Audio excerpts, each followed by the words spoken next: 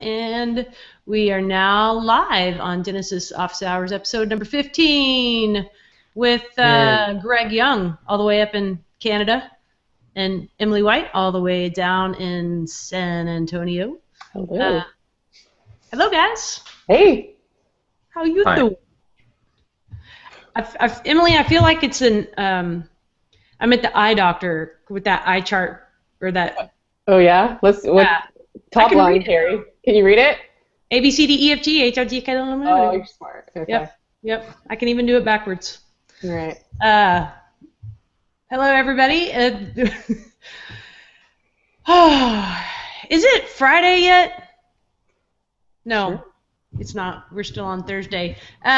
Welcome, everybody who's hanging out over in the chat room. If you are just tuning in, there's a couple of places you may be listening from, either YouTube or Google Plus, or over on carriedeals.com/GOH. If you go to that very last link, Carrie Deals, well, oh my gosh, it's not even on my lower third, is it? Boom, there it is. If you head over to that link, there is a chat room where you can join in, and that's where you can send all of your very difficult questions to Emily and Greg. Greg, tell us a little bit about yourself.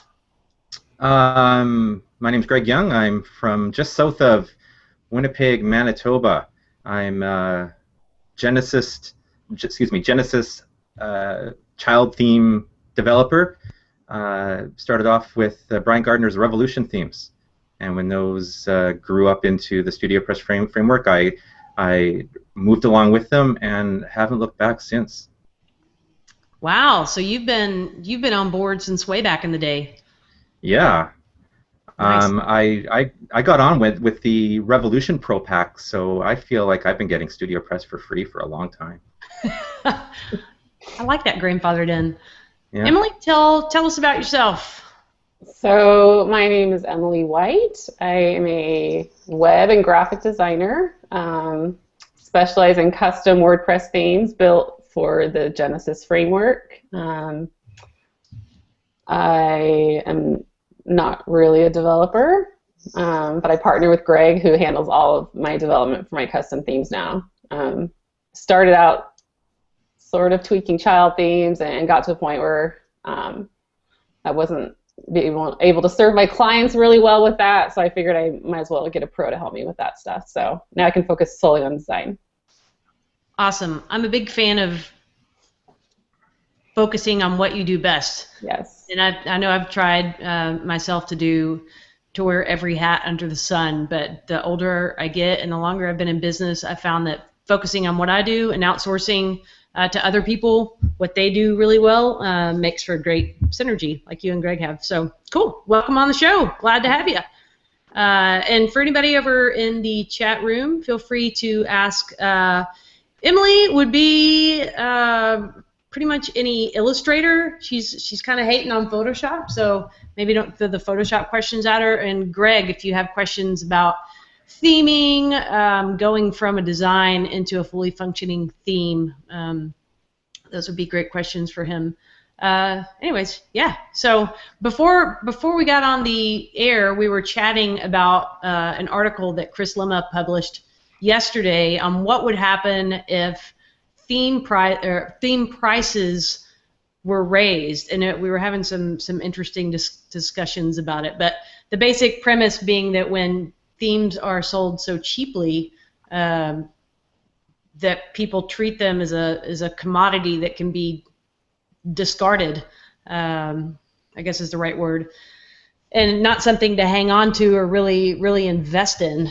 Anyways, interesting. Did y'all get all your words out before in the pre-show or anything to add on? I feel like with my clients, they really are making an investment. I mean, we do strictly custom themes for them, so we really work through the whole process and do everything really deliberately, and everything pointed towards sort of their goals. So they're really making it like a time and a financial investment in this. So I don't encounter as much of that, swapping themes in and out type of thing. And then I recently redid my site and invested in that, hired a really great developer to code that for me. So I think I'm going to hang on to that for a while as well. So I do think that when you make an investment in your site, you're less prone to kind of swap it out at a whim, for sure. Cool. Well, I did want to mention your redesign looks beautiful over at emilywhitedesigns.com. So folks, go take a peek at that. Will you walk us through before you handed off the design to Greg? We were talking about this on the show last week. Kind of what's that planning process? Because it's more than just opening up a blank palette and deciding what colors and fonts you use. I know there's a lot of thought about the information you want to provide, how you present your services and yourself, and can you walk us through that a little bit? Yeah, I think the process was pretty similar for myself as what I try to do with clients. I myself am sort of a minimalist by nature in my home, and I don't like a lot of extra clutter. And so with my redesign, I really wanted to focus on, I didn't want to put anything in the site that I didn't feel was necessary. I feel like people are overwhelmed with large blocks of text, and it was my experience with various iterations of my site that I've had where I've really tried to explain things with a bunch of description and text. I would find that people weren't reading it because I'd get emails or comments or questions from clients that I'd say, I wrote this whole nice paragraph all about that on my site, but they just don't read it. So I wanted to present it in just the most clean, uncluttered, easy way that they could hopefully land on the site, figure out what they needed, contact me, see my portfolio, and just give them enough so that they could take it the next step, which would be to kind of make an initial inquiry and then work with me from there. So that was kind of my goal with my redesign. So I kind of kept that in the forefront during the whole design process, and I tried to eliminate anything that I thought was unnecessary for reaching my goals. And I try to take that same tactic with my clients. Their goals are different than mine sometimes, so it looks different for each client for sure. We've got a couple of questions rolling in about your partnership, and I'll split it up into two questions. But one would be, how do you handle the financial aspect? In other words, Emily, is the client fully yours, or do you introduce them to Greg? And how do the finances get split there? And then also, how did you even find each other and start working together? So I'll toss it to you first, Greg. Okay. Or Emily. Sure. Yeah. Well, okay. Well, let's answer the second part first. I met Emily through Twitter. It was actually, I think, the Jenny Elliott, the blog maven, who I had made a connection with first, and I think Emily is close friends with her, and then found out through Jenny that I am this developer that exists that was looking to take on development jobs from a designer who wasn't doing their own development, and then Emily and I connected and spoke, and Emily at first was doing a lot of her own development, and she can talk a little bit about what motivated the change to just strictly focus on the design opposed to the development.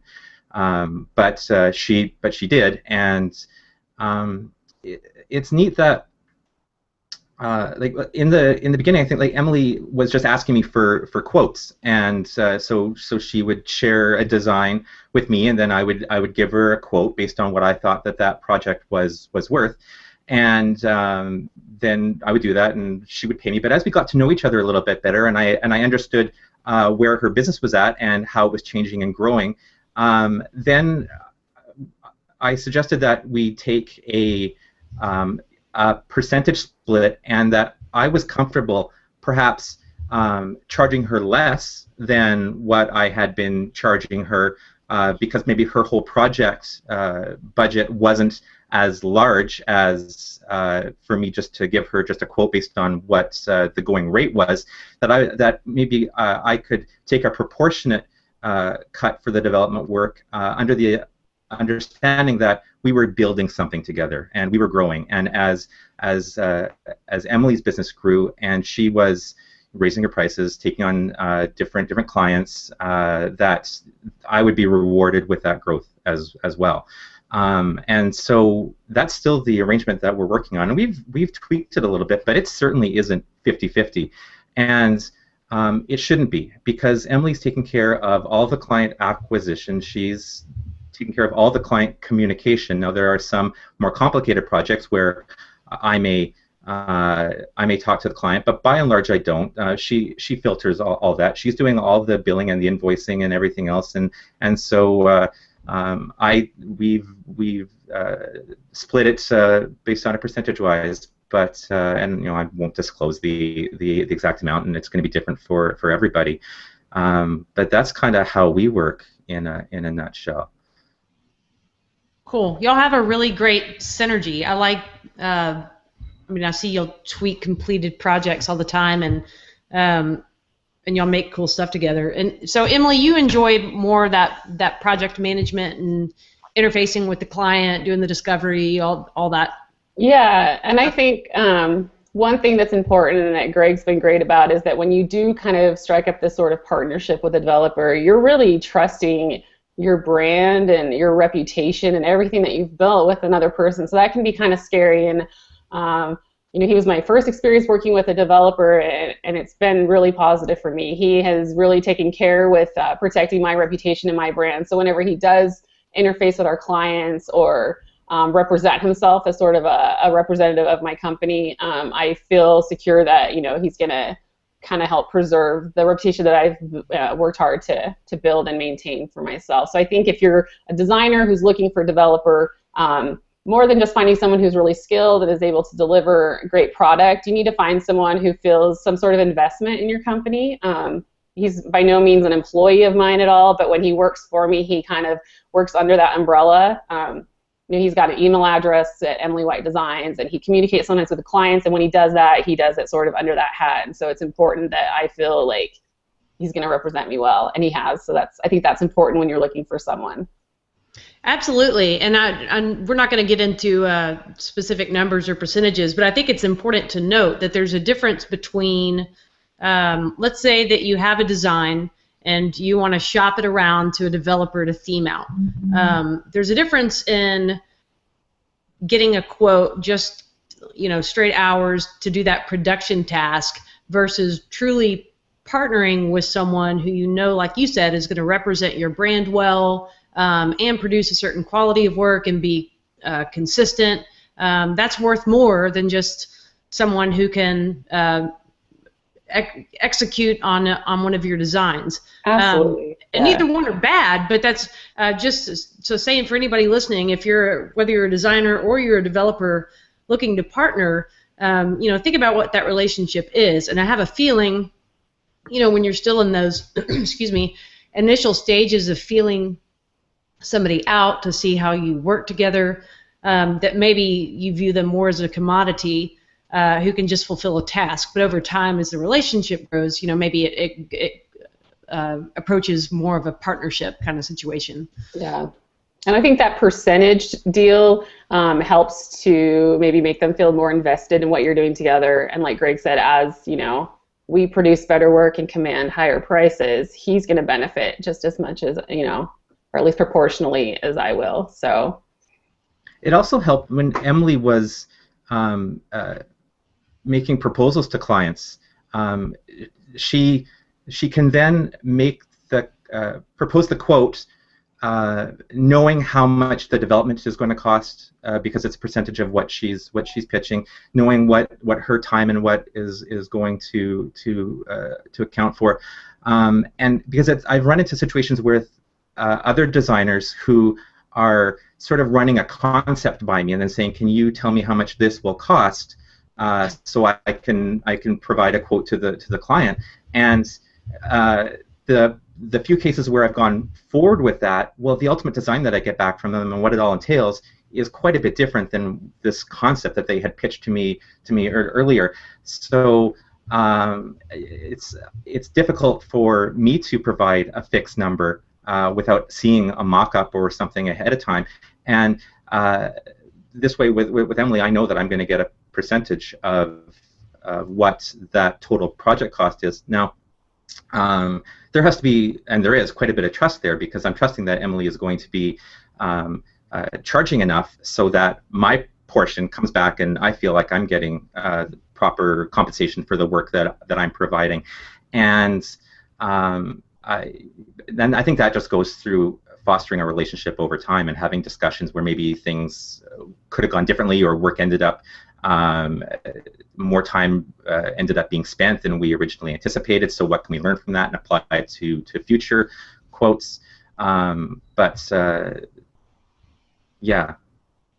I think we've been shortchanged on a few jobs, but we learn, and since it's an ongoing partnership, we kind of say, okay, so for the next one, we know, if we're going to do this again, we better chart, So it's nice. I know I don't have to pay out this fixed amount to Greg and then think, oh, I got to eat the loss on this job because it ended up turning into this nightmare. He's going to take the loss, and it's not a loss, but he's going to take the hit, just as much as I am. So. And that's kind of how it was in the beginning, right? I was getting a fixed amount. So in the beginning, I knew I had to pay him this much, and if the job ended up taking way longer than we thought, or just kind of got out of control, I was kind of the one that was taking the hit because I was the one that had, contracted with the client and So, but I think we have a better arrangement now. Cool. Well, got a question for you, Emily, from Liz. And what would you call some successful tips for working with a developer, any particular do's and don'ts? And close your ears, Greg. Greg can probably tell you the don'ts better than I can. Gosh, let's see. So I know that when I present my designs to him, I try to do as much on my end to make his job easier. I don't know if he can talk about this, but I try to kind of package the job the best way possible, breaking out images, creating an images folder, creating a fonts folder with, here's all the fonts that you're going to need. Initially, when we started working together, I would give him really detailed written instructions about this is what this needs to do, this is what this needs to do, or I would mark up right on my mock-ups how things should, interface or interact. But since we've worked together so much now, and he kind of knows my style and he knows what hover states I like or different things, he kind of we've gotten to where the instructions are pretty brief now.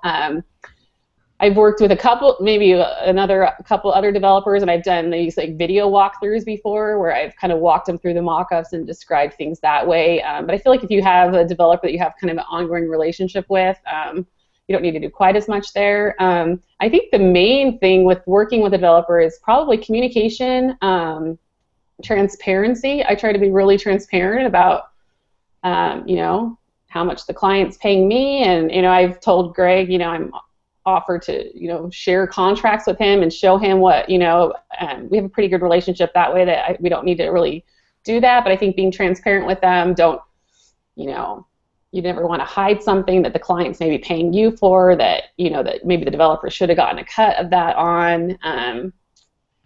Communication, and then just respecting what he does and his time, and not treating him like he's an employee of mine, but he's his own thing, and respecting what he has going on, and just I don't know, treating people well.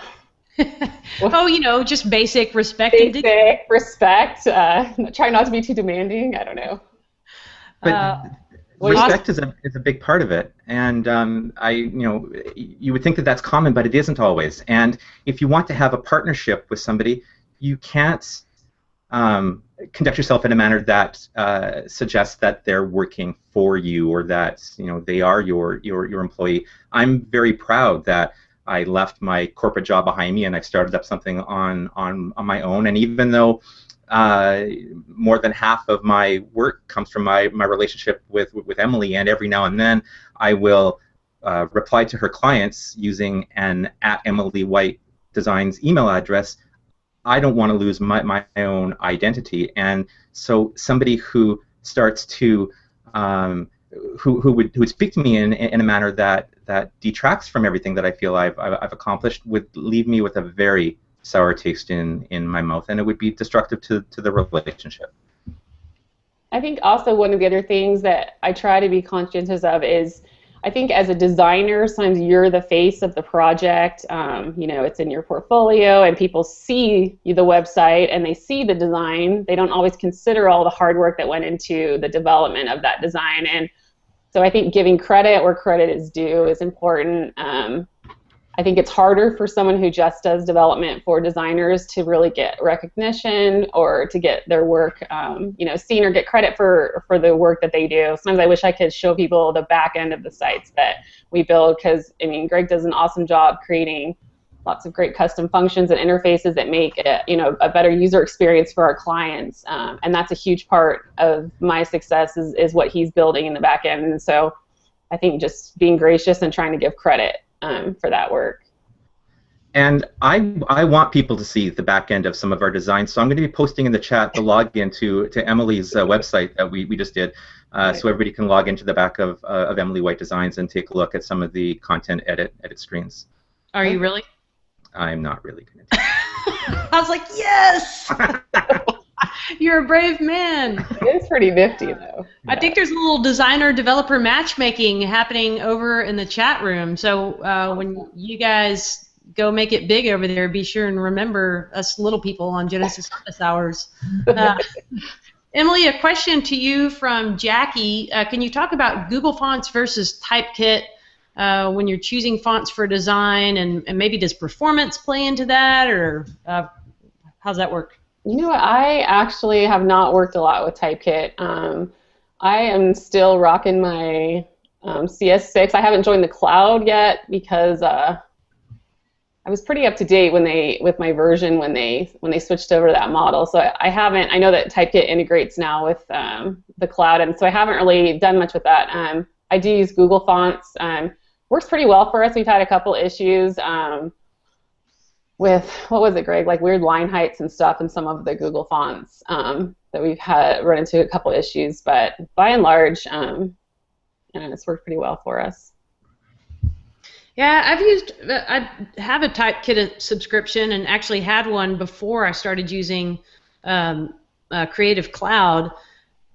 And I mean, on the whole, their typefaces are definitely more beautiful than Google Fonts. But the issue I ran into is, that's my account, and yeah, if a client's using my account, then and at some point I'm not maintaining their site or whatever, that's a little bit weird to have that tie. So I guess the way to approach that would be for the client to purchase their own Typekit subscription. I don't like to do anything that really ties me to a client for life as far as subscription or keeping their licenses active. I really like to have them purchase their own licenses wherever possible. Not that I won't help or support or maintain them, but I don't know where I'll be 5 years from now, and I don't want to have them run into issues. I do purchase a lot of web fonts for certain projects if there's a specific thing we're after, and I usually pass that cost along to the client. But so we'll install web fonts on some of our projects as well. So are you using like Font Face or something? Yeah. Okay. Yeah. Cool. Question from Kendra for all three of us. How long have we been doing our own businesses as a solo fashion? Emily? So I started, I think, 2007. I started out on Blogger, like I think a lot of kind of designers did, and was working there for a couple years until I realized that clients were wanting things, and I was wanting to do things that can't be done there, and so that's when I kind of jumped over to WordPress. And so my business started out as the Blog Fairy, which I was the Blog Fairy for a few years, and then rebranded to Emily White Designs, I don't know, a few years ago, maybe 3 years ago. So I like that better. I mean, not that you asked, but... Well, I like it. The problem was I did a site for a guy that did like stock trading tips and stuff, and I said, I feel weird putting the designed by the Blog Fairy in the footer of his site, so I felt like that was probably a good time to get a grown-up girl name for my website or my business. So. Well, and you are 6 feet tall, right? I am. So I'm 5'6". I'm more like the Blog Fairy, I think, than you are. You're the Code Fairy. Yeah, right. I'm going to start calling you that. So, yeah. Code Fairy Greg, when did you get your start? Well, this is sort of a second career for me. I started off, I was managing one of the branches of one of the Canadian banks here, and in 2008, I left to pursue affiliate marketing full-time. I was developing niche sites on WordPress, using near the end there just Brian Gardner's Revolution themes, and that was going well. And then the Google Panda update hit, and my sites were hit hard, and in retrospect, they certainly should have been, because while they weren't spam, the quality wasn't great, and I didn't deserve to have the rankings that I was having. So I had to sort of step back and decide what I wanted to do, and I realized that through my affiliate marketing and building niche websites, the part that I enjoyed the most was customizing the WordPress themes. And so I decided to offer that as a service to others, and started off on Odesk and Elance, developing fully mobile responsive custom Genesis child themes for like $200 a pop, and then learned that maybe outside of those markets there was an opportunity to earn a little more for that work, and so started to connect with people on Twitter and whatnot, and that's what I've been doing since. Nice. And Kendra, I've been in my current iteration as just carriedeals.com, been doing that for about 4 years, but I started freelancing in '98, so and I've done it off and on over the years, but been full-time this last round for about 4 years. So, woohoo! No turning back. Missy Bunnyo has a question, and sorry, I'm just reading off some of your screen names here, so Missy Bunnyo, Blog Fairy. How do you determine your stock theme prices? Emily, do you have any stock themes? I don't. All custom. That's a great question, Missy, and one that I have given a whole lot of thought to. The past 2 themes, my only 2 themes I have out in the market, I've priced based on what the average market price is. I've just emulated what I've seen around me, and I don't think that was really a wise way to do things. I think there's been a lot of articles written lately. TomMcFarlane.com, ChrisLema.com, Philip Arthur wrote.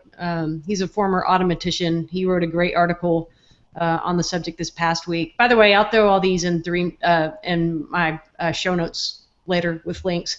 Anyways, just talking about the how we've anchored our customers' expectations in these low prices, from that $30 to $50 or even free price point, and really done ourselves a disservice. And so I would like to see that, and I think we will see a trend, maybe some market segmentation where people are charging more, and of course there will always be people that are offering those lower price themes, and I think, they'll be targeting different customers, right? So your customer that's going to pay $30 for a theme is not one that's probably going to pay $150 annually for a theme, whatnot. So anyways, I haven't settled on a sales model for my theme that I'm presently working on, but looking at a subscription base in order to an annual subscription base, and then also licensing levels. Right, so the amount of support that I give to someone who uses my theme on one site versus the amount of support I give to someone who uses my theme on 5 or 10 sites, that's a very different cost to me. So that should be reflected in a theme price. Anyways, I just kind of went off on a little soliloquy there, but many interesting thoughts there. Y'all have anything to add to that? Agree, disagree? Let's disagree. Let's get some conflict going on here. I fully disagree, Carrie. I couldn't disagree more. Man, our ratings just shot up. You jerk. Let's see. A question from the vendor for Emily. How do you get new clients? Any specific techniques you can share? So since I started 7 years ago, I've been lucky enough that I've had a wait list since I started, which has been kind of amazing to me through several price increases, and I shouldn't say all, most of that has just been word of mouth. So from sites that I've done, the readers of those sites contact me. I do a lot of blogs, so a lot of my business comes from those blog readers who then, they tend to run in packs with their niche. So I'll do a bunch of foodie bloggers for a while, and then a bunch of DIY bloggers and health bloggers, and for a while I was doing all the vegans blogs and, you know, all this different stuff. So a lot of it's been word of mouth. As my business has grown and I've gotten a little bit more exposure, I get more and more traffic through Google now, just hits that way. And then being added to the Studio Press list has helped a lot with getting some inquiries as well. And as I've just become a little bit more active in the Genesis community, I think I've gotten some business that way. But, you know, no advertising. When I first started, I actually went to a couple blogs that I read that were a little bit larger and did like a giveaway type thing where and I think that's how I got my first client. And I actually am working on a redesign now for a lady who was my first client 7 years ago, and I've done about 3 or 4 different redesigns for her over the years, but we're doing another one now, and I'm finally moving her to WordPress, which is exciting. So yeah, so I think just word of mouth. I think the best thing you can do is just build and maintain that good reputation for yourself, and your clients will sell you. Yes, +1 on word of mouth. Speaking of that, and I'll go on just a little miniature-sized rant here, and then we can move on. But I got an email, and it was somebody who had gone down the list of Studio Press developers and shot off the same email to each of us. And I guess they think that none of us talk or know each other, because it's a pretty frequent occurrence. And this person might have contacted, I'm sure went down other lists beside the Studio Press developer list, but basically asking to promote their product or partner with them or build themes around their product. I went to their website. There was so much marketing jargon that I couldn't even understand what the product did. So that was fail number 1. It didn't even look like, I still don't know what the product is. Fail number 2 was I went to their about page, and they had a number of people associated with the company, and I didn't know any of them. Now, there's lots of humans on the planet, and they could be complete rock stars in their space. So me not knowing them doesn't matter a hill of beans. But most people that are highly engaged in the WordPress community, you've seen their name somewhere. And so to not recognize any of those names as people engaged in the WordPress community, but to be approaching people in the community that are established and asking for their help promoting a product was just such a turnoff. Anyways, I don't even know why I got started on that rant, other than to say, oh yeah, it was going back to the referrals. So if you're doing what you do well and you're engaged and interacting with others in the community, people will promote your product for you. That doesn't mean you don't need to do marketing, but when you approach people, it's from the standpoint of already having a reputation and relationships behind you.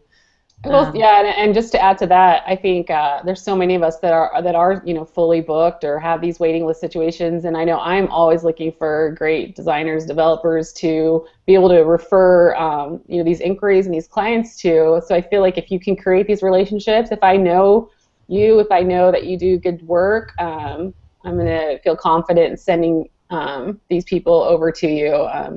And I know I've gotten some business that way, and I always try to return that.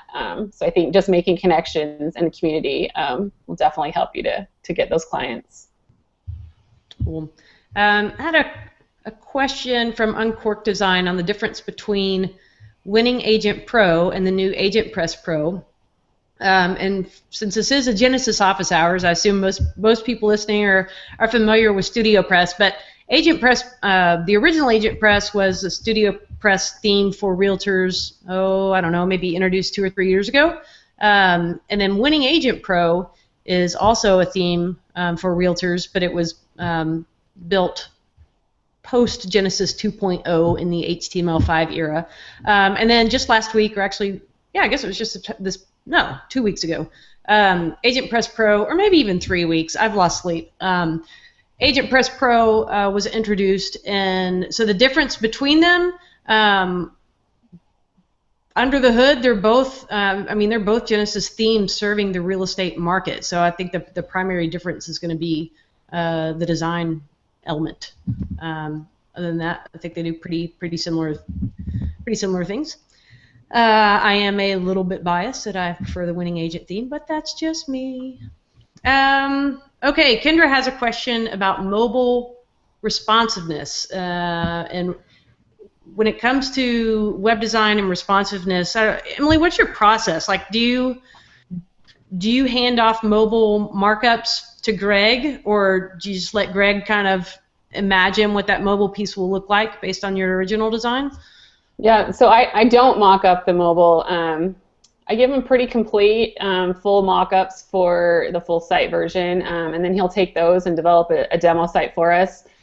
He saves the mobile stuff for kind of the end. We get the full site version worked out so that we know exactly kind of what we're working with, and we get the client to sign off on that kind of before we kind of finalize, I think, the mobile stuff. I do give some input to him on that, but he's got a great, design sense, and I think we've done enough jobs together that he kind of knows what we're after. He makes really good decisions on that stuff, so I really kind of just trust him to kind of work that stuff out, and then I'll take a look at it, and I may want to change some font sizes, some paddings here and there, and that sort of thing. I may give him some ideas initially of here's what I'm thinking will happen on mobile. Here's I'd like to see this type of thing. I don't know. Do you have anything about that, Greg?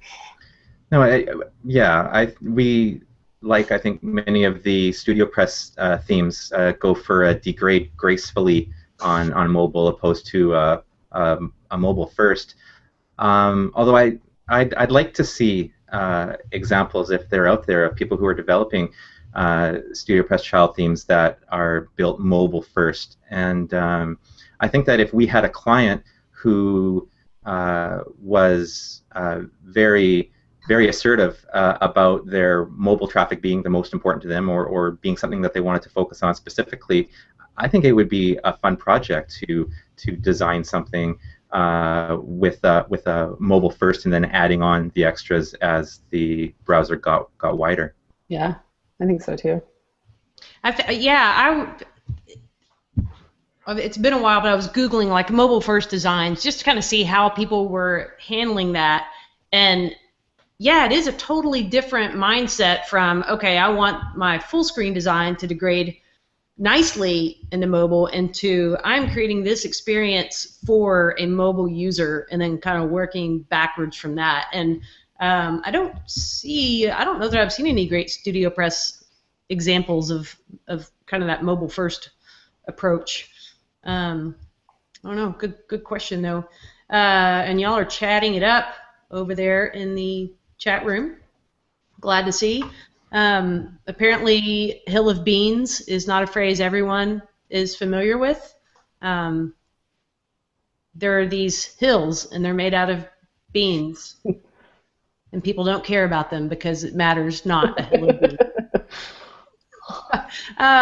Question for Greg from Jason Hobbs. Do you have any tips from your experiencing building Genesis child themes, like things you've learned, time savers, kind of what's your starting point? Well, I start with the sample theme, and I would probably save more time if I customized that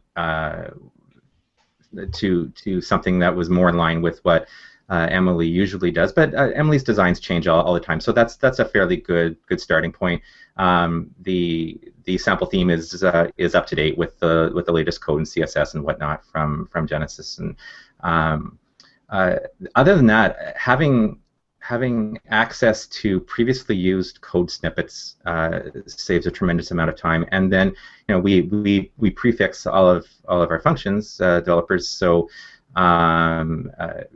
being able to just paste those into a theme that I'm developing that requires the same functionality as something that I have done in the past, whether it be customizing the comment form or anything like that. I guess not having to reinvent the wheel every time is certainly a time saver.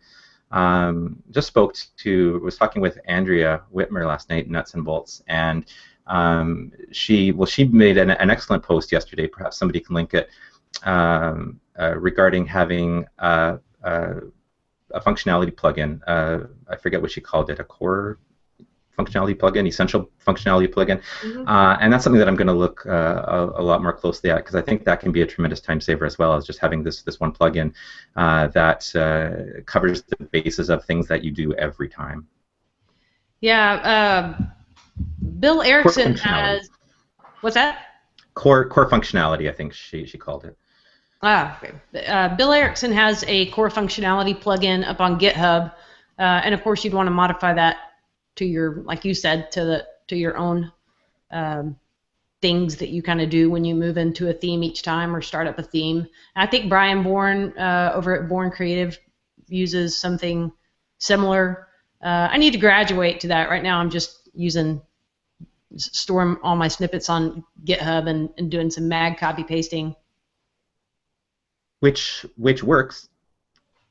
It does work, yeah. But I know it could be faster. I think that was one of a couple of weeks ago. I went to Beach Press, which was basically like sharing a great co-work space with some really smart people. And one of my key takeaways was just watching their workflow. So the tools that they used on their desktop, the way that they approached. It just, I can't even pass anything. Well, I tell you, my most useful app was Alfred.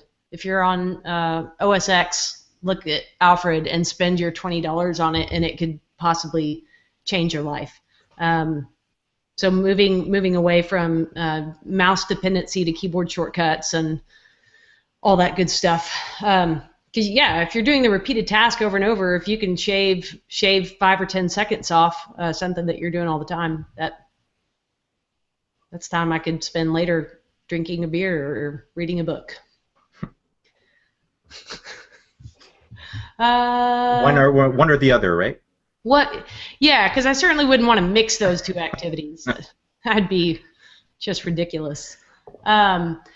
So some question or some discussion over in the chat room going on, and kind of back to this pairing up designers and developers, or if you need to refer work out, knowing who's available.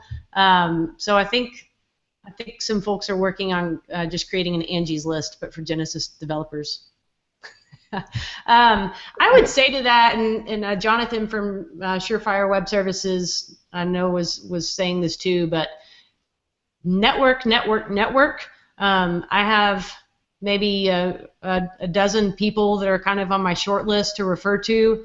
And if I think that a project would be right in their wheelhouse, I just shoot them a little IM and say, hey, are you available for work? And if they are, then I'll pass the referral along, so that it's not just, yeah, here's a list of 6 people, get in touch with one of them, but try to kind of curate the referrals that I'm shooting out. I think it helps too if you kind of know, what their skills are, what kind of niche they're at, or their price points. I get inquiries all over the place, and something might be good for Bill Erickson, and something might be good for someone who's just starting out. Just kind of depending on what the client's after. So it helps if you have these different connections for sure. Cool. Tell the person, I have the perfect person for you. It's not me, but this is them. So I think they'll take that. And I feel like when that makes me more valuable too, right? Even if that person didn't end up being my client, yeah, they just had a positive experience with me. Yeah. We've gotten our 12-minute warning that the next World Cup match starts soon. So you guys better get in your questions, and we'll just try to answer them so quickly, because we surely don't want to keep anybody from soccer. I don't know. Have you guys been watching? Not so much. Greg, do people in Canada care? People in Canada might care. I am a bit of a basement nerd, so I've seen soccer on YouTube and stuff, but not passionate about sports, moving, exercise in general. Oh dear. Yeah, I haven't watched a single match. Sorry if you need to unsubscribe from my blog or peel out of Genesis office hours right now, I'll understand. Apparently we won some basketball game here in San Antonio too. I was unaware. I heard about it. The Spurs won. Congratulations. Go Spurs. Let's see. Jenny Elliott, the blog maven, had a comment on referrals and how to know if they're quality. That maybe Gary Jones they would have like the Gary Jones seal of approval. And I like that. I did on my first theme. I paid Gary for a code review specifically so it could have the Gary Jones seal of approval, because that's to me that's valuable. And anyone how did it look before Gary Jones looked at it? It wasn't a piece of trash, but very little details. So right, the way that's spacing, he improved a few functions and the logic behind them just to make them a little bit more concise. But a lot of it came down to formatting and standards to make sure that the kind of the style I was using was in accordance with WordPress as a whole. Thanks, Jason. Unsubscribing as you peel out right now.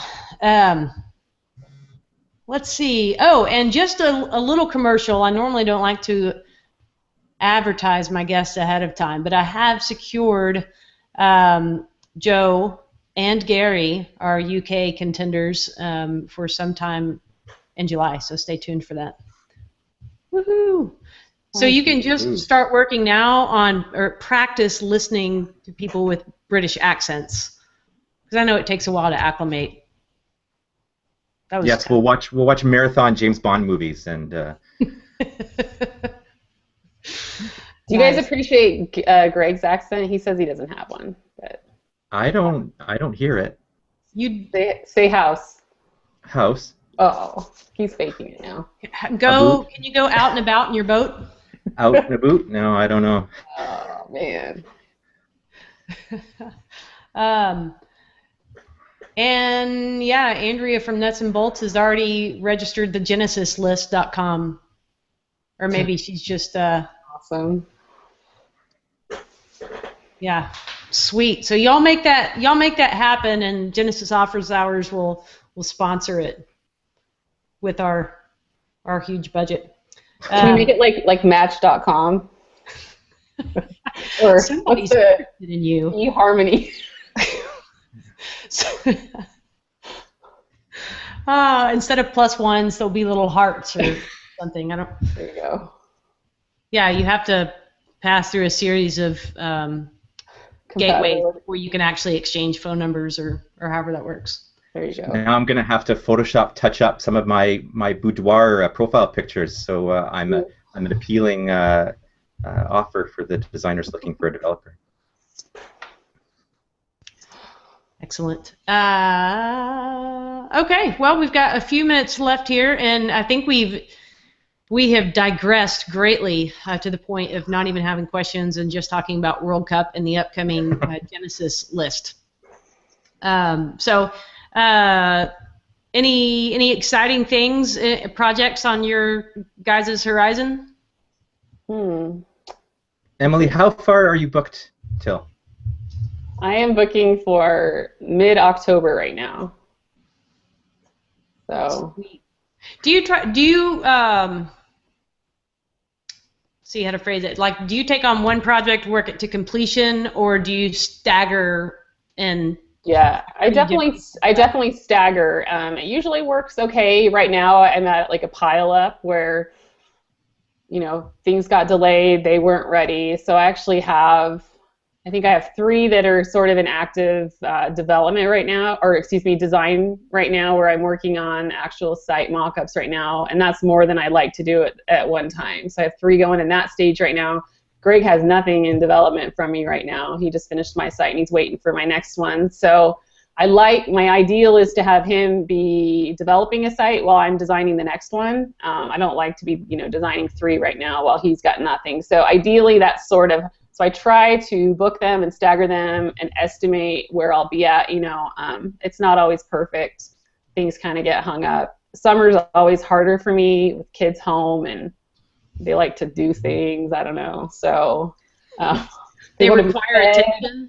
They want to be fed, and yeah, so it's a little bit harder for me to schedule things in the summer, but ideally that's kind of what I like to do. Yeah. Gotcha. And Greg, you still have some capacity beyond just what you're doing for Emily? I do. I love working with Emily, and that's where I do the majority of my work. But it takes her far longer to do her portion than it does mine. So I do have capacity to take on additional work.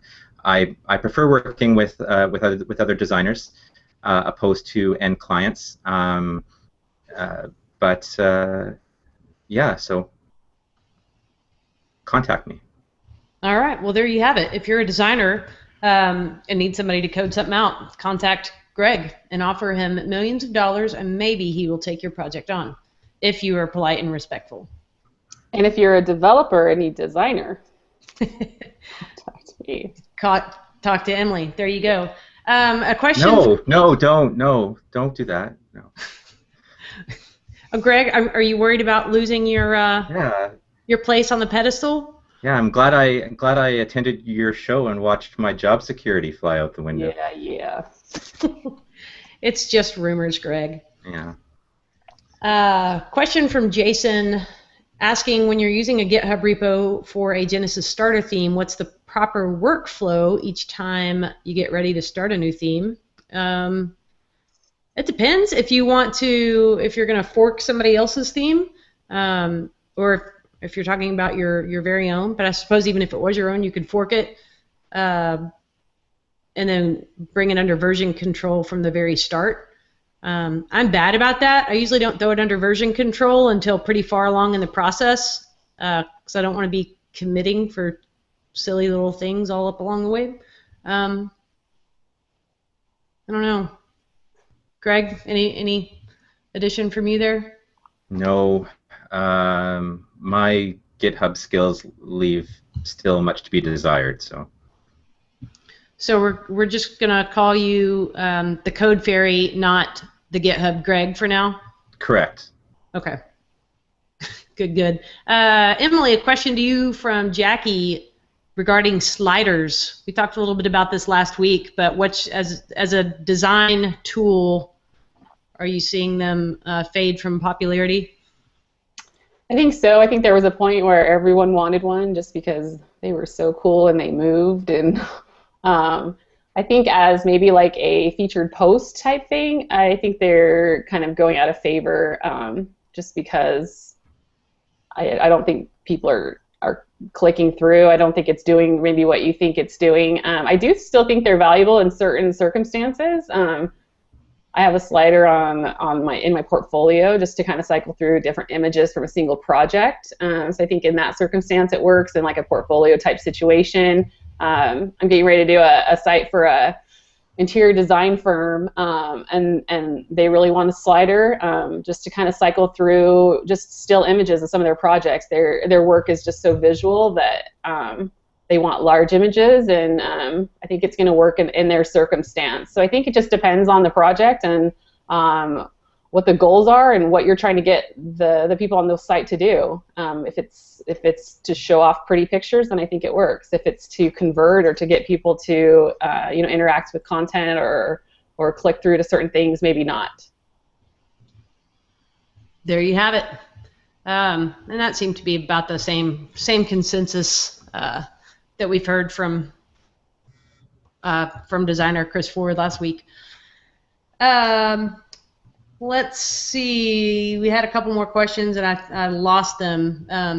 Andrea from Nuts and Bolts has got an email list, a link going over in the chat room. If you're interested in getting going on that Genesis list, be sure to click on that link. And I personally vouch for Andrea as a non-nefarious person. She is safe to give your email to. I don't know about my credit card, but my email, she can have it. And I'll plug Andrea too. She recently has kind of changed her business model, and she is now doing development for designers like Greg, and she's awesome. So if you're a designer wanting someone who's a real Genesis expert to code for you, definitely check her out as well. She's really kind. Yes. And And she has she a has, really thick accent. I love her accent. It's Love. fantastic. A question from Paul on how long does it take from start to finish on a site. And Paul, I think it really depends on the project. Usually I'm about a 2-month cycle, but that's not 2 months of solid working on something because there's, those gaps between communication and that sort of stuff. But I don't know, could vary depending on the complexity. What would you guys say? I would say for me, sort of the basic blog design maybe that I'm doing for someone, we're probably looking at a 6-week time frame. A lot of times I'm doing branding for them as well, or logo design, so we'll take some time initially to do that. Maybe 6 to 8 weeks maybe from just inception till launch. What do you think, Greg? Well, and once I get the mock-up from Emily, I can get one turned around in like 7 days. Yeah, he's a week usually.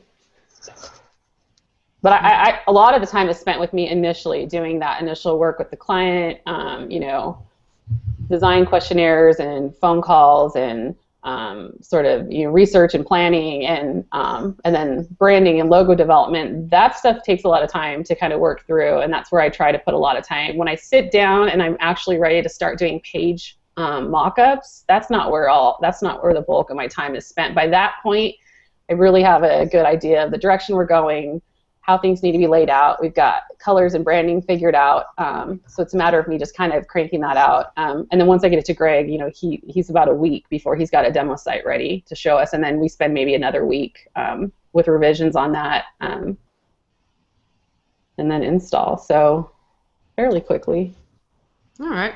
And Jonathan had a good question about when you're booked out like that, do you just go ahead and immediately refer people, or do some of them like, I want to work with you so bad, I'm waiting? So what I do is I do require a 50% deposit to get on my calendar, on my list. So I actually just signed someone yesterday and booked them for October. So some people are willing to wait. I love when people contact me and they're like, hey, I want to do a site and I'm looking to launch in 6 months, because for me that's realistic. When people contact me and say I want to launch a brand new site in a month, I can't do anything for you. So, but a fair amount of them, that's too long to wait, and that's where I like to have someone to refer them to. Ideally, I don't like to be booked out that far. I prefer if I can keep it under 2 months. Summer, like I said, is a little bit more difficult. I'll be taking some vacation time, so I haven't booked myself as solid this summer, and that's part of the reason I'm booked so far out. But yeah, some of them will wait, but I don't add anyone to my list or my calendar until they've paid their deposit, and that's a non-refundable deposit. So nice. I think Bill Erickson has a similar model, and I'll throw a link up to one of his consulting talks on WordPress TV and in the show notes later. But yeah, basically to get on the calendar, you're booking your time on the calendar with a deposit and tying that payment to your commitment, essentially. Let's see. Jennifer Bourne has got some great information on the time that they spend over in the chat. And let's see, it seemed like there was Missy wants to know everyone's favorite book over in the chat room. We have just digressed, but I love it. I love it. You guys are having fun over there in the chat. We're about to wrap up here, but wanted to remind everybody that Genesis Office Hours is now available to download on iTunes, or so you can head over to iTunes and subscribe to that. Or if you are not a Mac user or iTunes user, you can go to soundcloud.com/cdills and find it there as well. And as always, I'll throw show notes up at curatedills.com. Let's see, any parting thoughts for the world, Emily? Gosh. I mean, make it profound.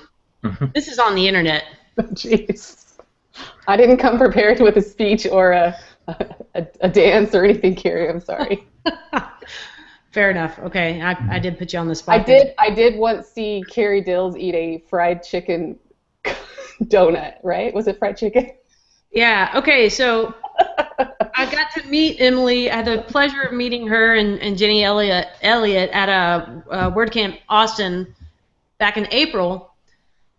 Didn't know them really, other than just on Twitter. And my first interaction was rolling past them on a street corner where Jenny threw a $20 bill at me so that I could park in one of the garages. And then after spending a few hours together, we decided somehow to end up at a place called Gordo's, which was gourmet donuts and massive, like big as my head donuts with things like fried chicken on them.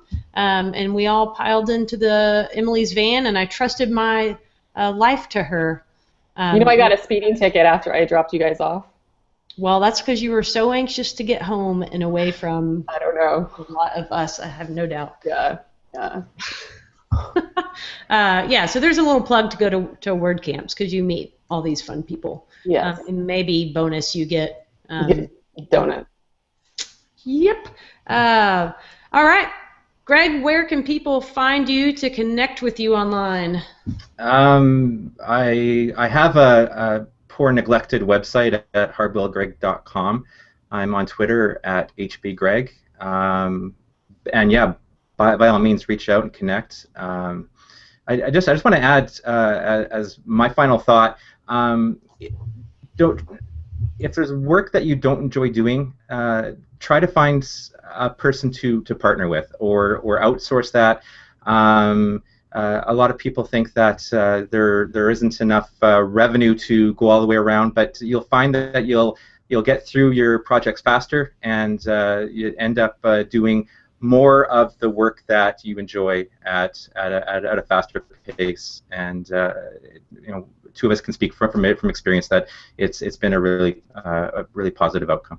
And one more thing I'll add is that the only trepidation I had with starting to work with Greg was how am I going to pay out this chunk of change on each of my projects and still make money? And I am making more now than I ever was before, and it's because, like what Greg said, he's enabled me to do a better job at what I do best, which is design. So despite the fact that I'm paying him to do development, my business is, booming, and I'm doing better than I ever was before. So if you're a designer and you're trepidatious about outsourcing that portion of it, thinking I can't, give up control or that portion of my income, I think you'll really see a really great return on it by specializing in doing what you do best. That is awesome advice from both of you. I appreciate all the wisdom and knowledge bombs you dropped today.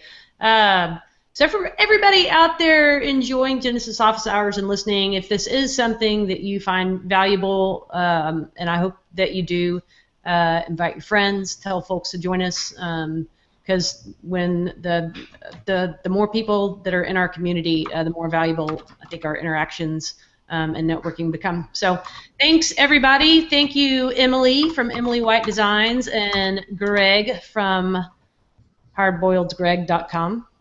Can you tell us real quick where the whole egg thing comes from? I wish I had a really cool story about college or something, but it was just it's just marketing for my personal brand. Something more memorable than my common name. Common name? Is that what Canadians call a last name?